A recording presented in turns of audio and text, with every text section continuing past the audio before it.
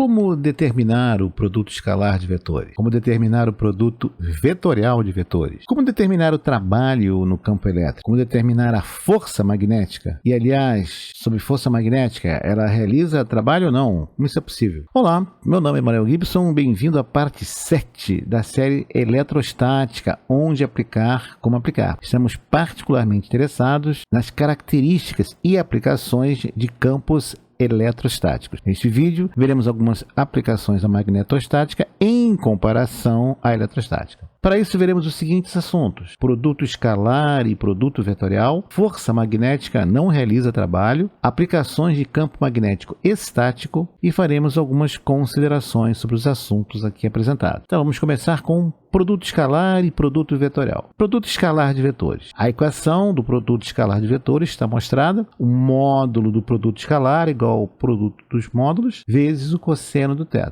Então, vemos que o produto escalar de dois vetores é um escalar. O produto escalar de dois vetores é proporcional ao cosseno do ângulo formado entre os dois vetores. Sendo um escalar esse resultado, nós podemos aplicar, por exemplo, para campo elétrico vezes o dl, elemento diferencial de comprimento. E nós vamos obter a diferença de potencial U expresso em volts. Esse é o trabalho em joules para deslocar uma carga Q ao longo de um percurso de A até B em uma região de campo E. Do lado direito da igualdade, nós temos um produto escalar de dois vetores. Já falamos, é dl, vetor campo elétrico e vetor elemento diferencial de comprimento. Como também já vimos, o produto é um escalar cuja unidade é o volt. Resultado desse produto, então, é um escalar proporcional ao cosseno do ângulo entre esses vetores. Vamos analisar, então, três casos. O ângulo θ é 0 graus, o ângulo θ está entre 0 e 90 graus e o ângulo θ é 90 graus, onde o ângulo θ, conforme mostra a figura, é o ângulo entre os dois vetores considerados. Começando para os vetores paralelos entre si, logo θ igual a 0 graus, cosseno de 0 igual a 1. Então temos que o módulo do produto é igual ao produto dos módulos dos vetores. Nesse caso, o produto escalar é máximo, igual ao produto dos módulos dos vetores. Quando os dois vetores são paralelos, o produto escalar é máximo. Quando os vetores não são paralelos, o produto é função da projeção de um dos vetores sobre o outro. O ângulo dos vetores está entre 0 e 90 graus. Então agora vai depender do módulo de cada vetor e do ângulo entre esses vetores. No caso de campo elétrico, por exemplo, nós vamos trabalhar com a projeção do campo elétrico sobre o elemento diferencial de comprimento, sobre a trajetória que nós queremos calcular o trabalho. No próximo item, nós vamos fazer θ igual a 90 graus, ou seja, os ângulos são ortogonais entre si. Sabemos que o cosseno de 90 graus é igual a 0, portanto, nesse caso, o produto escalar é mínimo, igual a 0, cosseno de 90 graus igual a 0. Quando dois vetores são ortogonais, perpendiculares entre si, o produto escalar é mínimo, igual a 0. Não se esqueça, nós vamos aplicar daqui a pouco esses conhecimentos para campos elétricos e magnéticos. Resumindo, ângulo entre dois vetores, θ, produto escalar,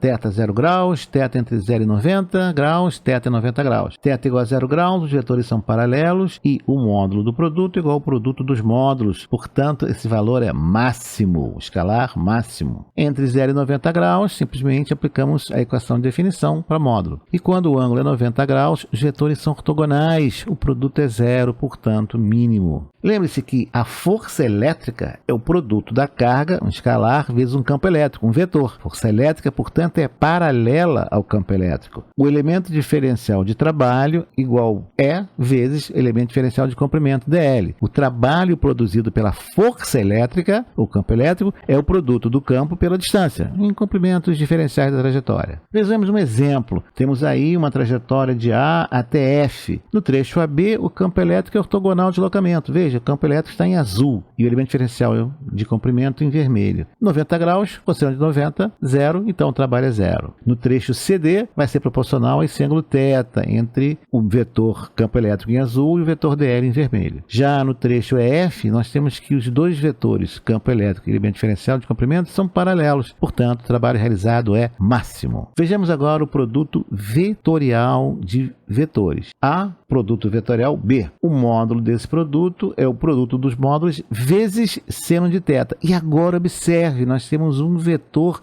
normal aos dois vetores A e B, AN. O produto vetorial de dois vetores é um vetor também. O produto vetorial de dois vetores é um vetor ortogonal aos dois vetores originais. O produto vetorial de dois vetores é proporcional ao seno do ângulo formado entre os dois vetores originais. E a força magnética sobre a carga elétrica? Vejamos a força sobre uma carga elétrica devido ao campo magnético. Fm igual QV, produto vetorial B. Essa é a lei da força de Lorentz. Olha o produto vetorial aí, percebeu? E a força magnética sobre um condutor percorrido por corrente elétrica? Você também já vê essa equação. Fm, a força magnética, integral de dl, produto vetorial B. Olha o produto vetorial de novo aí. Então, nós temos que, dados os vetores A e B, o produto vetorial de A para B é igual a C. O vetor C é perpendicular ao vetor A e ao vetor B. Então, C é perpendicular aos dois vetores originais, A e B. Θ é o ângulo entre os vetores A e B. O produto vetorial entre dois vetores ele é proporcional, é um vetor proporcional ao seno do ângulo entre esses vetores e ortogonal a ambos os vetores. Aí está o seno. Vamos analisar três casos também. Θ igual a 0 graus, θ entre 0 e 90 e θ igual a 90 graus. No nosso primeiro caso, θ igual a 0 graus, vetores paralelos. Seno de 0 igual a 0, então o produto é 0. Nesse caso, o produto vetorial é mínimo, igual a 0. Quando os vetores são paralelos, produto vetorial 0. Vetor com amplitude 0, interessante. É o oposto do produto escalar. Vejamos agora os vetores fazendo um ângulo entre 0 e 90 graus. Nesse caso, o produto vetorial é um vetor, veja AN, proporcional ao produto dos módulos dos vetores vezes o seno do ângulo entre eles e ortogonal a ambos os vetores originais. Esse vetor AN é um vetor unitário ortogonal a A e a B. No último, o nosso ângulo é 90 graus. Então, os vetores A e B são ortogonais entre si. Temos agora a seno de 90 igual a 1. O módulo do produto vetorial é o produto dos módulos vezes o vetor unitário AN. Nesse caso, diferente do produto escalar, o vetor resultante é máximo para o produto vetorial. Quando dois vetores são ortogonais, o produto vetorial é máximo. Isso vai ser muito importante para a magnetostática. Resumindo, produto vetorial agora, entre 0 e 90 e 90 graus. 0 graus, os vetores são paralelos, se sabemos agora que é mínimo, 0. Entre 0 e 90 vai depender do módulo dos vetores, do seno de θ, e é um vetor sempre. Os vetores são ortogonais, e agora o produto é máximo. Observe a diferença entre produto escalar e produto vetorial. Falamos agora sobre força magnética não produz trabalho. Temos a equação da força de Lorentz. A força magnética é perpendicular ao percurso da carga. Quem é V? V é a velocidade da partícula, V é o deslocamento sobre tempo. Por quê? A carga segue uma trajetória paralela à velocidade. E a força é igual ao produto vetorial da velocidade do campo magnético. Vejamos a composição vetorial envolvida com mais detalhes.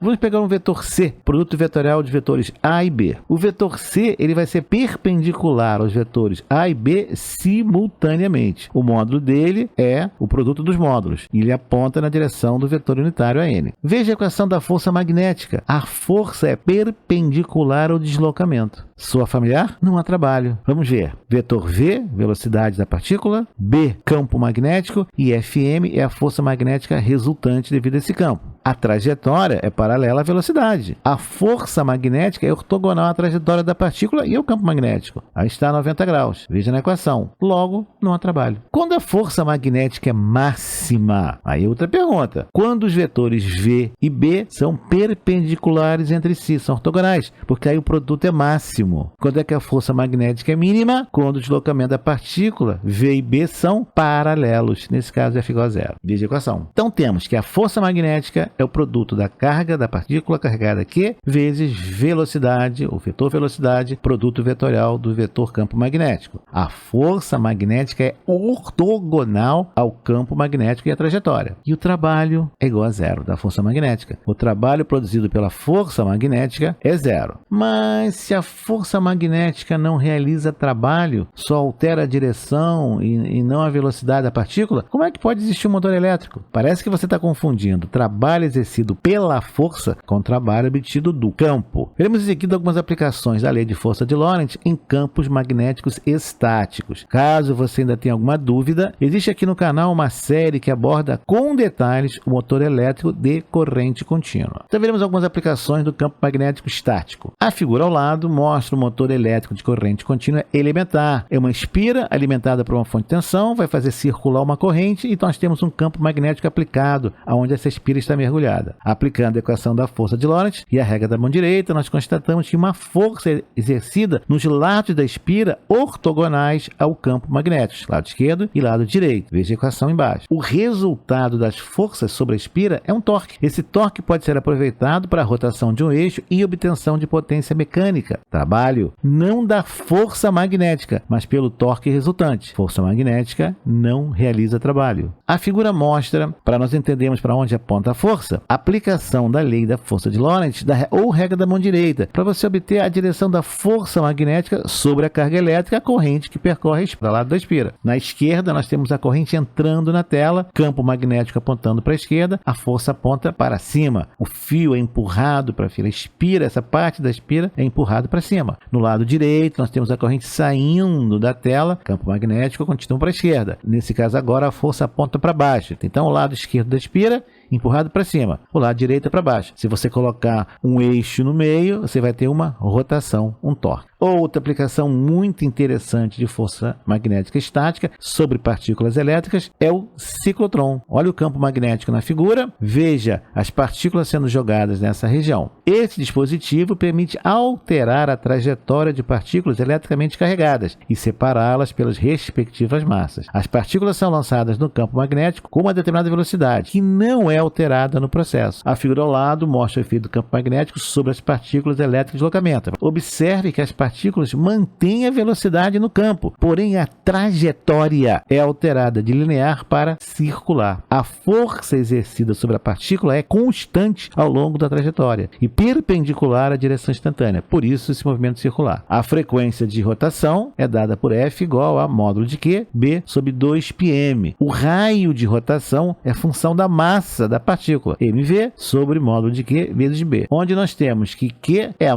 carga da partícula, m massa da partícula, B a intensidade de campo magnético, vai lá, adição magnética, densidade de fluxo, Tesla, F é a frequência de rotação em Ré e R é o raio da trajetória em metros. Outra aplicação bastante utilizada no passado, para a aplicação da lei da força de Lorentz, é nos tubos de raios catódicos. Observe que nós temos um canhão eletrônico à esquerda gerando elétrons. Não está mostrado na figura, nós temos que botar o quê? Campos elétricos, placas, atraindo esse elétron e acelerando o elétron. Temos que dar energia para ele. Quando nós queremos montar a imagem naquela tela, nós temos que ter bobinas verticais e horizontais que vão puxar ou empurrar o elétron da esquerda para a direita, de cima para baixo, montando a imagem. O feixe eletrônico, então, ele é posicionado, é feita a varredura, deslocando para formar a imagem. O feixe é deslocado de baixo para cima, da esquerda para a direita, atingindo um determinado ponto na tela de cada vez. Televisores e osciloscópios antigos utilizavam essa tecnologia. Desvantagem: requer uma fonte de alta tensão, sempre é perigo, para acelerar os elétrons e atingir a tela e produzir os fótons, a imagem. Precisa também ainda de um tubo longo para acelerar essas cargas e vai aquecer. Mas tem uma aplicação interessante desse princípio. Essa é a foto do primeiro microscópio eletrônico de varredura. Reparou na câmera em cima para aquecer o enfilamento e produzir cargas? Percebeu o longo tubo para acelerar as cargas elétricas, os elétrons? Reparou no ímã para focar o feixe eletrônico? Isso é ciência aplicada. Aplicação da lei de força de Lorentz. O físico alemão Ernst Ruska e colaboradores apresentaram no dia 9 de março de 1931 o primeiro microscópio eletrônico. A importância desse desenvolvimento foi tão grande que 55 anos após, em 1976, Ruska recebeu o Prêmio Nobel de Física. O eletromagnetismo está ao nosso redor, no universo e até mesmo dentro de nós. Você só está vendo essa imagem graças ao eletromagnetismo. Para gerar a imagem, para transmitir a imagem, para detectar a imagem, até processá-la no teu cérebro, usou o eletromagnetismo. E ainda tem gente que não gosta de eletromagnetismo. Eu não entendo como isso pode acontecer. Faremos agora algumas considerações sobre os assuntos apresentados. Força magnética não produz trabalho. As forças magnéticas podem alterar a direção na qual a partícula elétrica se move, mas não podem nem acelerar nem desacelerar essa partícula. É difícil de acreditar nesse conceito quando vemos guindastes magnéticos erguendo toneladas de metal, motores fazendo máquinas operar e até mesmo o singelo liquidificador em nossas casas. Mas essa é a realidade. Tem algo realizando trabalho e você achando que a análise vetorial não é importante. Como sempre, deixamos aqui uma pequena bibliografia sobre eletromagnetismo. Você decide. E o que nós vamos ver no próximo vídeo? Finalmente, vamos ver como é que nós produzimos campos elétricos estáticos. Quais são as fontes desses campos elétricos estáticos? Tem algum perigo quando se gera um campo elétrico estático? Nos vemos no próximo vídeo. Até lá! Obrigado por ter assistido a este vídeo. Deixe o seu like, inscreva-se no canal, acione o sino e seja notificado dos novos lançamentos semanais.